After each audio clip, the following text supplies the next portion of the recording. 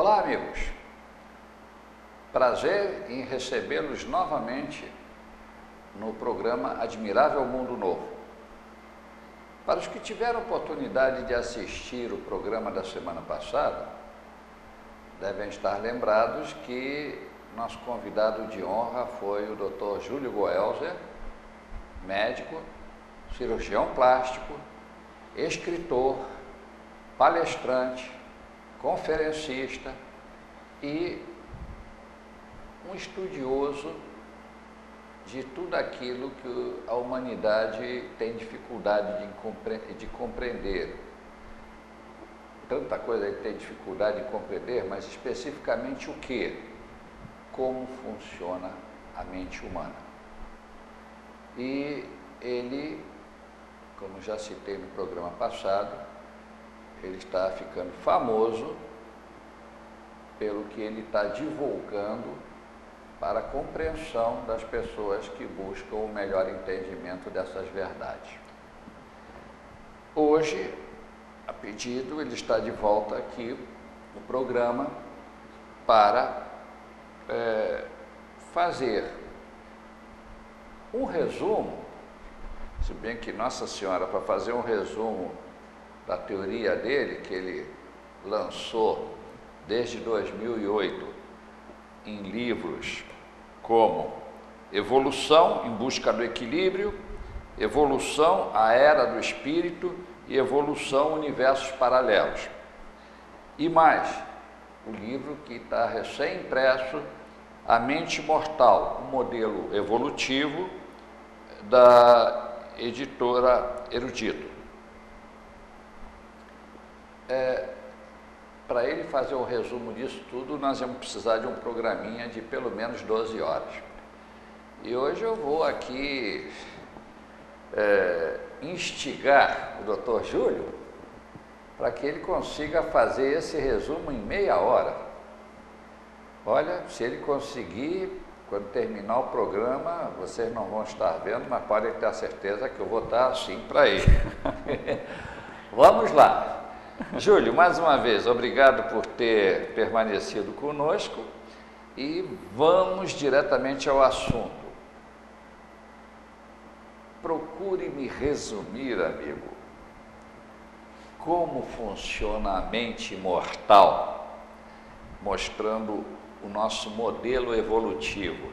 A palavra é tua e eu estou com os ouvidos todos abertos, como acredito também que os telespectadores. Vamos lá, amigo. Então, vamos lá. Obrigado, então, pelo convite de mais um programa. E a mente mortal, o modelo evolutivo, ela traz uma visão que tem que ser vista de uma forma científica, no sentido de que a gente vai ocupar exemplos reais do nosso dia a dia, ou seja, são fatos, existem, estão aí, e que explicam essas situações, que normalmente nós estudamos algumas coisas do dia a dia, funcionamento das coisas, da matéria, né? Mas quando chega num determinado ponto que nós não conseguimos explicar, a partir dali é holístico, é espiritual, é espiritualista e assim vai indo. Até que isso se torne real. E isso sempre existiu, por quê? Porque antes do advento do microscópio, o que não se podia ver não existia, era do mal, né? Então se acreditavam já desde a época de Descartes que existiam demônios passeando nas nossas veias, causando as nossas doenças, né? E a gente vê que não faz muito tempo isso. Então, isso continua. O que a gente não pode ver, só que hoje a gente mudou um pouco a definição. Não são mais os demônios, mas são coisas espirituais, espiritualistas, que geralmente associados à fantasia. Então, o que eu tento trazer nesse modelo? Como que funciona essa engrenagem? Como ela pode ser muito simples e muito bonita, sem fantasia. Se nós pensarmos que, desde quando nós fomos formados lá em matéria, no momento em que existia naquele sopão primordial aquelas estruturas formadas de carbono, hidrogênio e nitrogênio, fosfatos, que na verdade é o que compõe o nosso corpo, elas não tinham uma estrutura linear, ou melhor, elas tinham uma estrutura linear e não fechada. Em determinado momento, essa estrutura se fecha. A hora que ela se fecha, dentro dela existe uma concentração de elementos, íons, que tem uma carga elétrica. E fora, no meio externo, naquele mar lá, existia uma carga externa. Então, isso gera uma coisa chamada diferença de potencial elétrico, eletricidade. Então, nós vamos chamar isso de eletricidade biológica ou vida. Sim. Isso é vida, porque hoje todas as células do nosso corpo respondem a isso. Se nós não tivermos vida, não tivermos eletricidade no nosso corpo, nós não temos vida. Essa diferença de potencial elétrico ocorre em todas as células do nosso corpo. Quando não acontece, não tem vida, morte. Então, em cada vez que essa estrutura, que a gente estuda em biologia como sendo um coacervado, uma estrutura muito simples, que não chega a ser nem uma célula ainda, ela está lá boiando, né, ou no meio e entra em contato com alguma estrutura, o toque dessa estrutura vai fazer com que gere uma carga, uma descarga elétrica dentro dessa estrutura. E essa descarga elétrica dentro dessa estrutura, ela vai funcionar como se fosse um código de barra. Entrou tantos íons de sódio, saiu tantos íons de potássio. E isso funciona como uma informação. E é assim que as células começam a reconhecer o que é vidro, o que é madeira, o que é tecido. E é assim que nós ainda reconhecemos as nossas estruturas. Se hoje nós tocamos em alguma coisa e reconhecemos, é porque essa informação que nós captamos, ela é elétrica e ela já foi gravada, catalogada. Exatamente. E a partir dali nós reconhecemos como sendo aquilo e pequenas variantes. Então, quando aconteceu isso, de se fechar, e não se fechou uma estrutura, mas milhões de estruturas, por quê? Porque pela carga elétrica elas já iam se atraindo, e existia uma tendência pela atração de cargas elétricas, ela gerou um potencial elétrico. Só que a gente aprende na física que o potencial elétrico gera um campo magnético. Então, cada célula do nosso corpo gera um campo magnético. Só que nós temos um fluxo contínuo pelos neurônios muito forte que gera um campo magnético bem maior. E também a gente aprende em física que o que mantém um campo magnético são outros campos magnéticos de maior intensidade. Então, para aquela pequena célulazinha, nós tínhamos vários outros campos magnéticos ligados, como temos hoje, cada célula do nosso corpo, mas um campo magnético gigantesco do planeta Terra. Sim. Que era capaz de manter aquela estrutura magnética íntegra. Então, dentro daquela primeira vida, ela recebeu um X de informações. Aquilo ali durava muito, era como se fosse bolinho de sabão.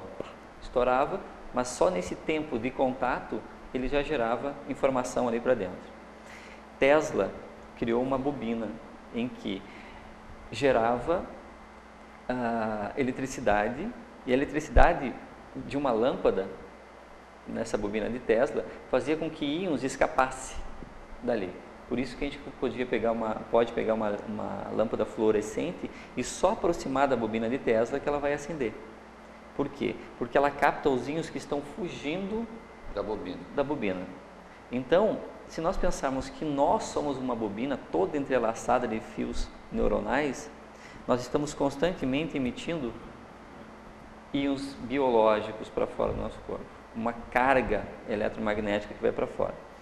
Então, essa carga magnética, a mesma forma com que a mensagem foi impressa, catalogada dentro de forma elétrica, ela também é impressa na parte magnética, no campo magnético. Sim. Só que a parte elétrica, ela segue as leis biológicas. E a magnética não. Ela só precisa de um campo maior para ser mantida. Como tudo que é material elétrico, ele é transitório, o corpo físico vai se romper. Mas o campo magnético continua.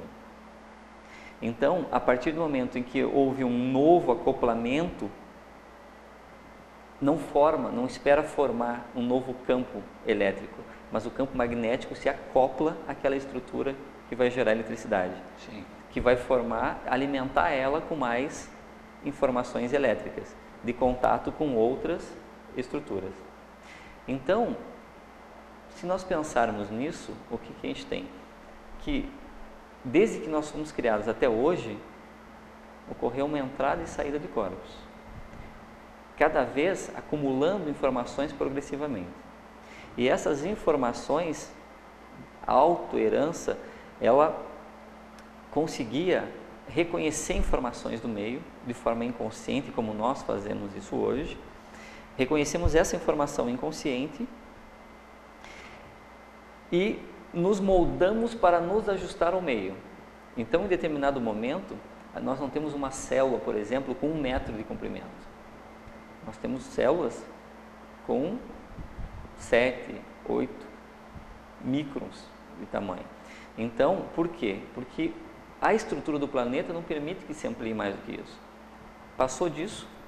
Então, para que acumulasse e desse progressão, o reconhecimento das forças físicas do planeta fez com que a célula deixasse de se dividir. E aí iniciou um processo de pluricelularidade. As células foram se ajustando, essas estruturas foram se ajustando e fazendo dobras da própria membrana e começaram a se especializar, se qualificar para viver. E aí começou a lei de autopreservação, preservação da espécie.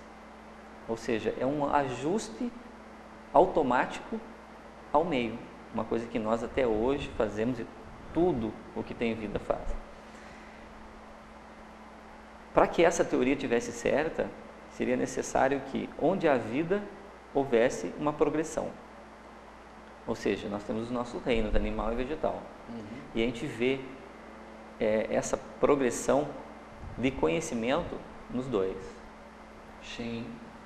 Então a gente vê que existe uma resposta. E aí a gente consegue entrar em outros campos de definição, por exemplo. Mas por que aquela célula toma uma determinada posição? Vamos tomar um exemplo que fica mais fácil, que é o paramécio, que é um protozoário unicelular. Ele não tem neurônio, ele só é uma célula. Então, quando esse paramécio entra em contato com um determinado meio, ele pode fugir do perigo. Se ele achar que é alimento, ele ataca, ele vai se alimentar daquilo. Ele se reproduz por reprodução sexuada, ou seja, ele busca, acopla, troca genes. Então a gente pode dizer que ele tem uma vida social, por exemplo. Mas a gente pode pensar no seguinte: se ele sai de um meio que está colocando em risco a vida dele e ele segue outro, ou seja, ele foge daquele espaço, ele tomou uma decisão. Sim, sem dúvida. Se ele tomou uma decisão, ele analisou os dados externos. Se ele analisou, existe um princípio de inteligência nisso e de memória.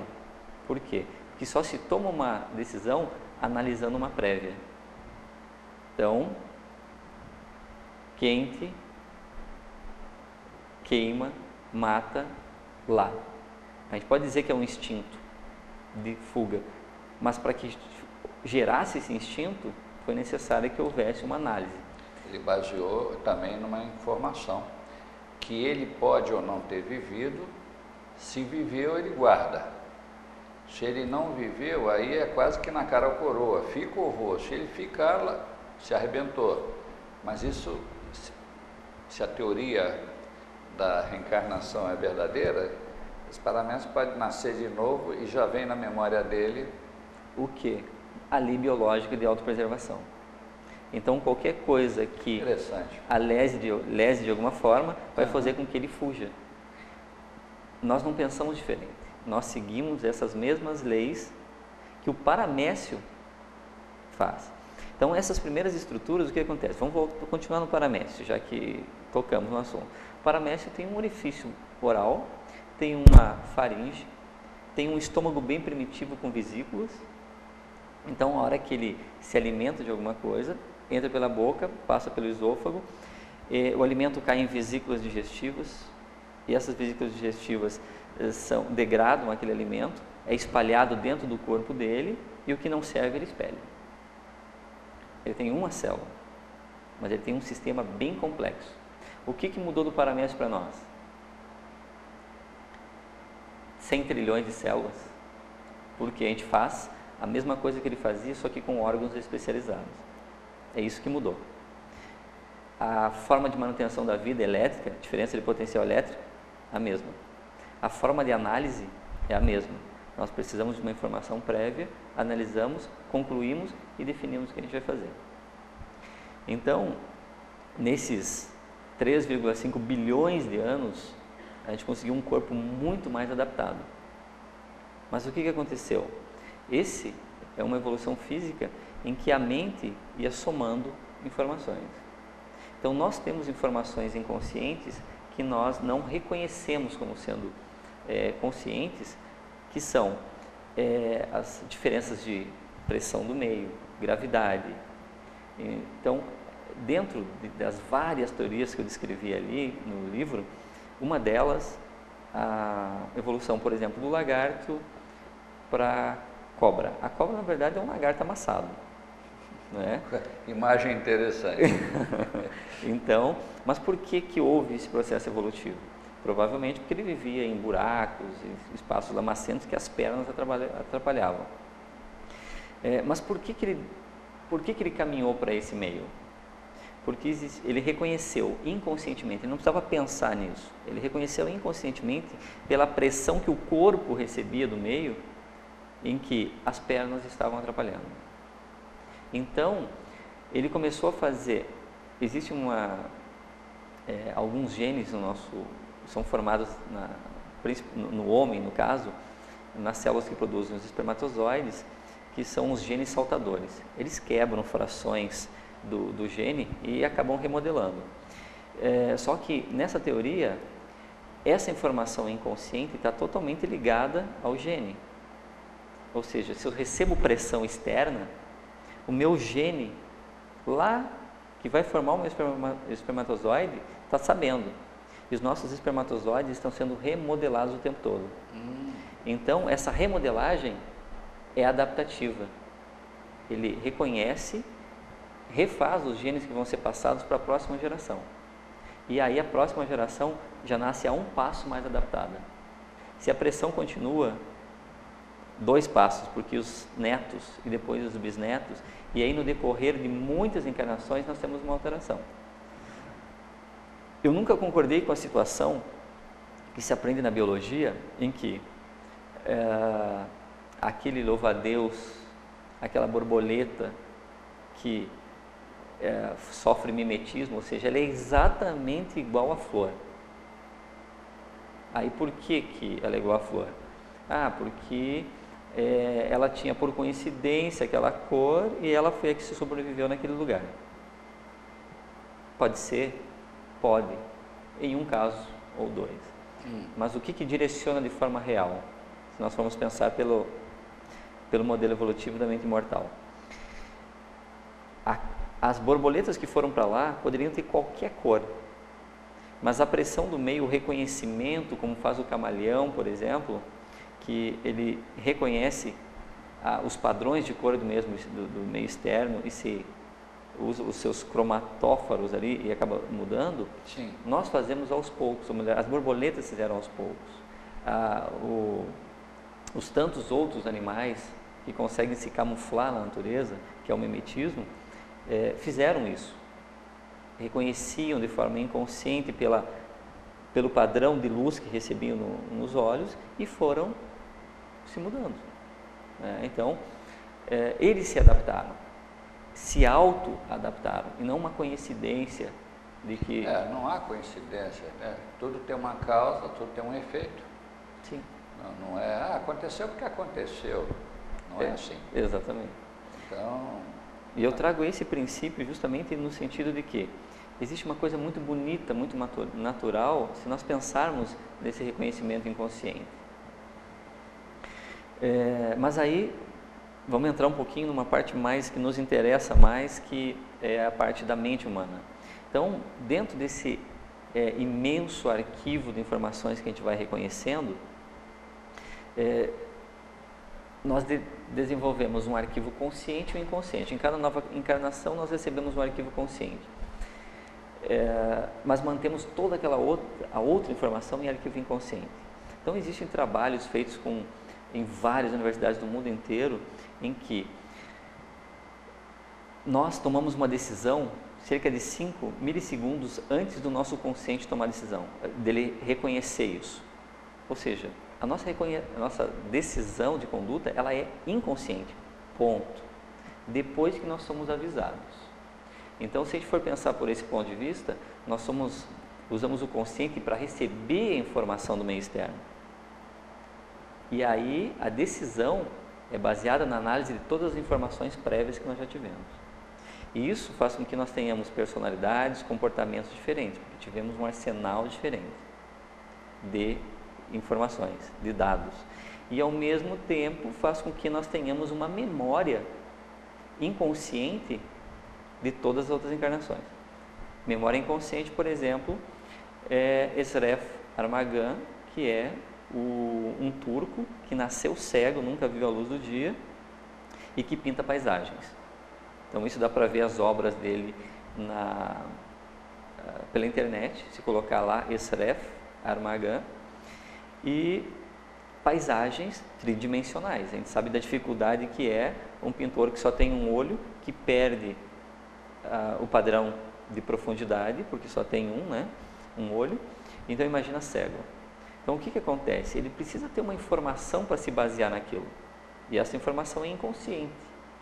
E mesmo que alguém descreva para ele uma paisagem, como ele nunca viu, o que é uma paisagem? Ele não tem referencial. Exatamente. O que é uma paisagem? Planos sendo colocados um na frente do outro. Então, como que alguém cego tem uma noção de planos? Existem vários. Existem os trabalhos de Ian Stevenson, que é um professor da Universidade Americana, foi professor da Universidade Americana, e que ele descreve vários casos de reencarnação com memórias inconscientes. Então, nesse livro, eu também coloco alguns exemplos, mas um que me chamou a atenção foi de uma menina que nasceu na Índia e que desde criança ela dizia que aqueles não eram os pais dela e que ela tinha morrido afogada e ela morava em um outro lugar da Índia. Assim, mânica. Isso, exatamente. Aí o que aconteceu? Em determinado momento, aí Ian Stevenson, que fazia pesquisa pelo mundo inteiro a respeito disso, e informaram ele foi lá, pesquisou pela informação que a menina passava, onde que poderia ser esse lugar, e levou a menina até lá. Quando se aproximou, ela já começou a descrever, olha, é aqui mesmo, o caminho é esse, e já a família já estava na entrada, e ela já começou a descrever o nome das pessoas que estavam lá. Levou a equipe de filmagem toda onde ela tinha morrido afogada. Então a família ficou surpresa porque eles estavam conversando com a filha que tinha morrido, que estava dentro daquele corpo. Então o que acontece? Por quê? Porque aquela informação, a forma de análise, a memória, estava tudo ali. E aí traz uma outra informação dentro de padrões, por exemplo, o que é inteligência então? Inteligência é a capacidade de análise, é a velocidade do processador, de pegar a informação externa, meus olhos viram, reconhecer essa informação, buscar um arquivo inconsciente, o que eu devo fazer, qual que é a melhor conduta, correr ou lutar, e trazer essa informação como resposta. Esse processo de inteligência. Então a gente ocupa a memória. Então a gente vê, por exemplo, livros com várias teorias sobre inteligência. Mas se a gente pudesse simplificar isso e ver dessa forma, seria uma resposta muito curta. Isso dentro de outros padrões de estudos, de psicologia, de psiquiatria, de neurociência principalmente, que está trazendo muita informação nova e todas se encaixando dentro disso. Meu Deus, que campo vasto de estudo. Acho que eu vou ter que reencarnar de novo só para estudar isso.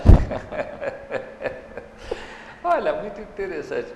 Aliás, uma informação aí que não sei se você sabe, esse Mânica, há muitos anos atrás, no tempo dos filmes de VHF, né? Aquelas fitas de VHF, surgiu esse filme, Mânica, que era o nome da garotinha. E o que aconteceu? Depois, o VHF saiu de moda. Hoje tu não encontra uma fita de VHF no mercado, que tudo foi transformado em DVD. E o DVD hoje já foi para o Blu-ray, e daqui a pouco já não tem mais nem DVD nem Blu-ray, é tudo pela internet. Mas valeria a pena, quem sabe, procurar no Google ou no YouTube, Mânica, M-A-N-I-K-A, Mânica. E é um filme.